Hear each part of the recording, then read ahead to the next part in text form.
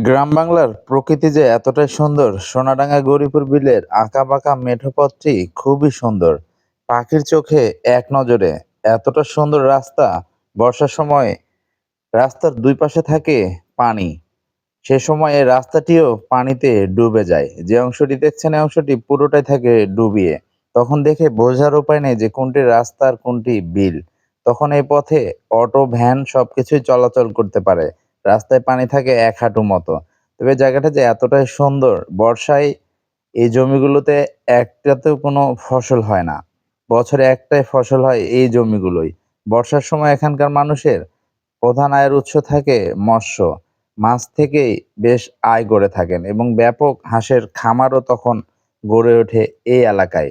সামনে যেই সোলার প্যানেলগুলো দেখছেন, এই খরার সময় এই সোলার প্যানেলগুলো থেকেই পানি তুলেই জমিতে সেচের ব্যবস্থা করা হয়।